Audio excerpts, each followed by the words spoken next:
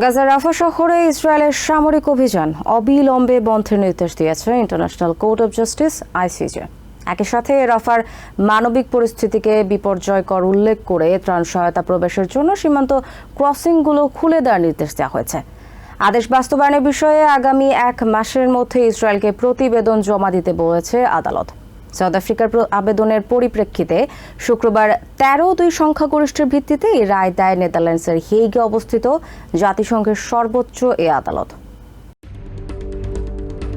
রাফায় ইসরায়েলের আগ্রাসন বন্ধে সাউথ আফ্রিকার জরুরি আবেদনের বিষয়ে শুক্রবার স্থানীয় সময় বিকেলে রায় দেয় নেদারল্যান্ডসের হেগে অবস্থিত international court of justice ICJ. আইসিজের প্রেসিডেন্ট নওয়াফ সালাম রায় পড়ে শোনান। তিনি বলেন, রাফায় ইসরায়েলের সামরিক অভিযান বা অন্য কোনো আক্রমণাত্মক পদক্ষেপ প্যালেস্টাইনের বেসামরিকদের জীবন ধ্বংস করতে পারে।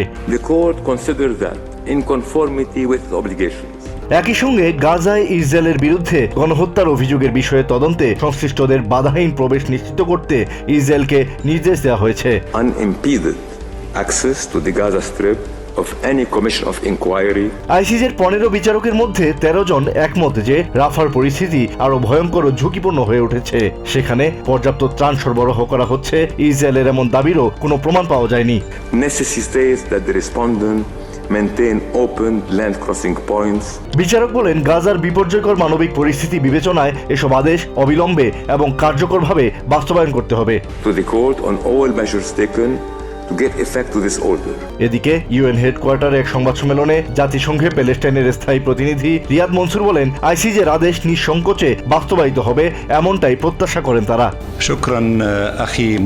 আমরা আশা করি আইসিজের আদেশগুলো বিনা দ্বিধায় বাস্তবায়িত হবে। এটা বাধ্যতামূলক। রাফায় অভিযান বন্ধে জরুরি আবেদনের জন্য সাউথ আফ্রিকা এবং যারা এই আবেদনের সমর্থন দিয়েছে তাদের সবার প্রতি আমরা কৃতজ্ঞ।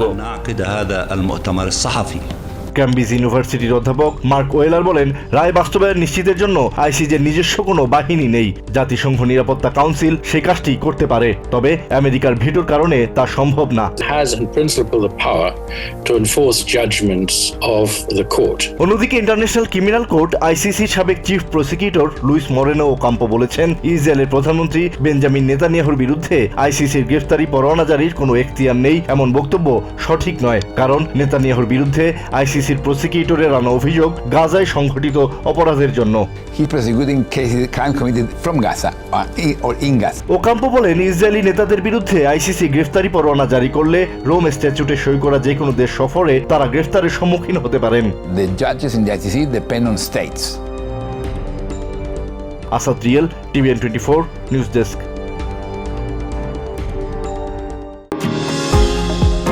নিউ ইয়র্ক থেকে সম্প্রচারিত টিভিএন 24 টেলিভিশন বিশ্বজুড়ে বাঙালির কণ্ঠস্বর।